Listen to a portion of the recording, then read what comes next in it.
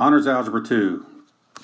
This is lesson on the law of cosines for Wednesday the 25th.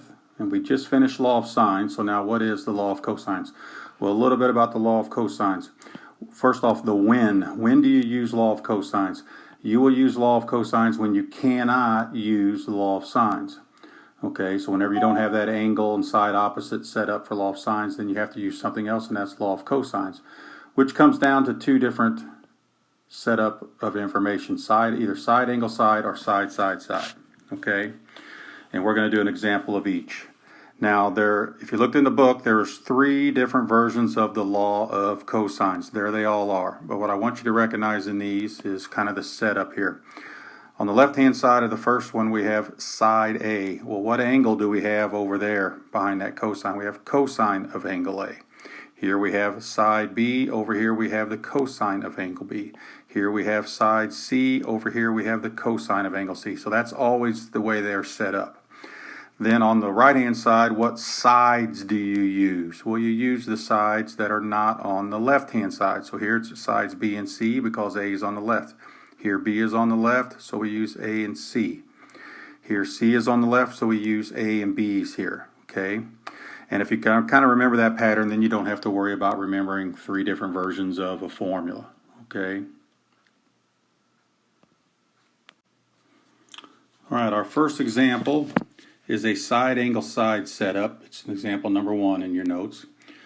And you, by the way, you will be given a filled out teacher version of the notes. And we're going to do 2 examples here. You can use the other examples in the notes as practice and check your work versus the teacher examples.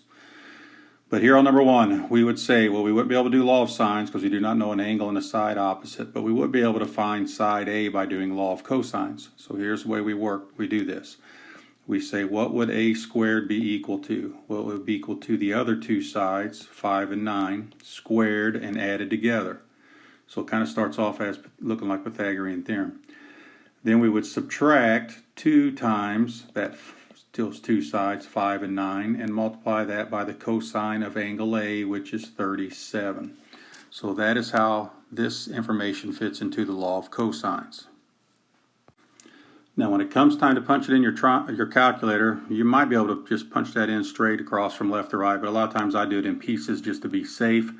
I can do this 5 squared plus 9 squared and get 106 right here, and 2 times 5 times 9 and get minus 90 cosine of 37. Then I can punch all of this into my calculator at once, and I'll get A squared equals 34 point blah blah blah, and we have to take a square root of this. Now, of course, we won't have a plus or minus on this because this is the side of a triangle, can't have a negative side, so we get an answer for side A of 5.8.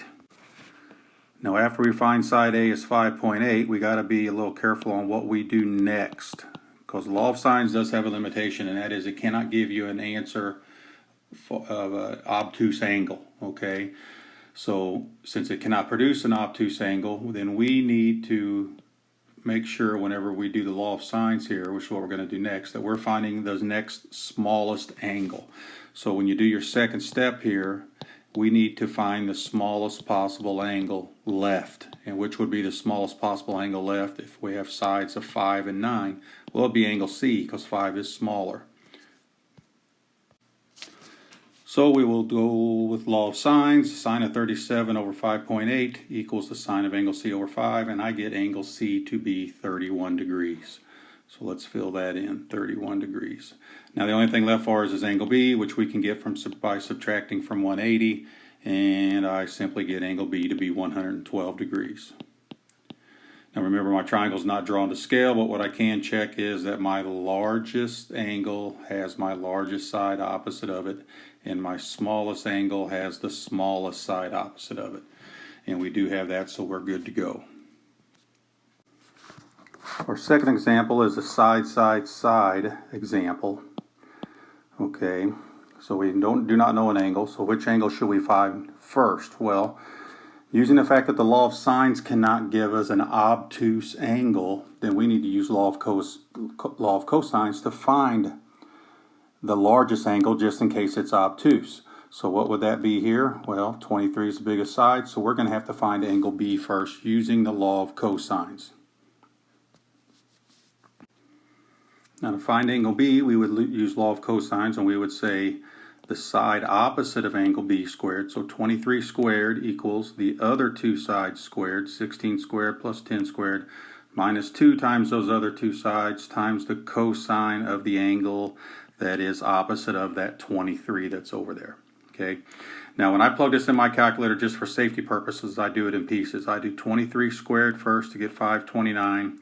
16 squared plus 10 squared to get 356, 2 times 16 times 10 to get 320. And we cannot subtract these two because this is 320 times the cosine of B.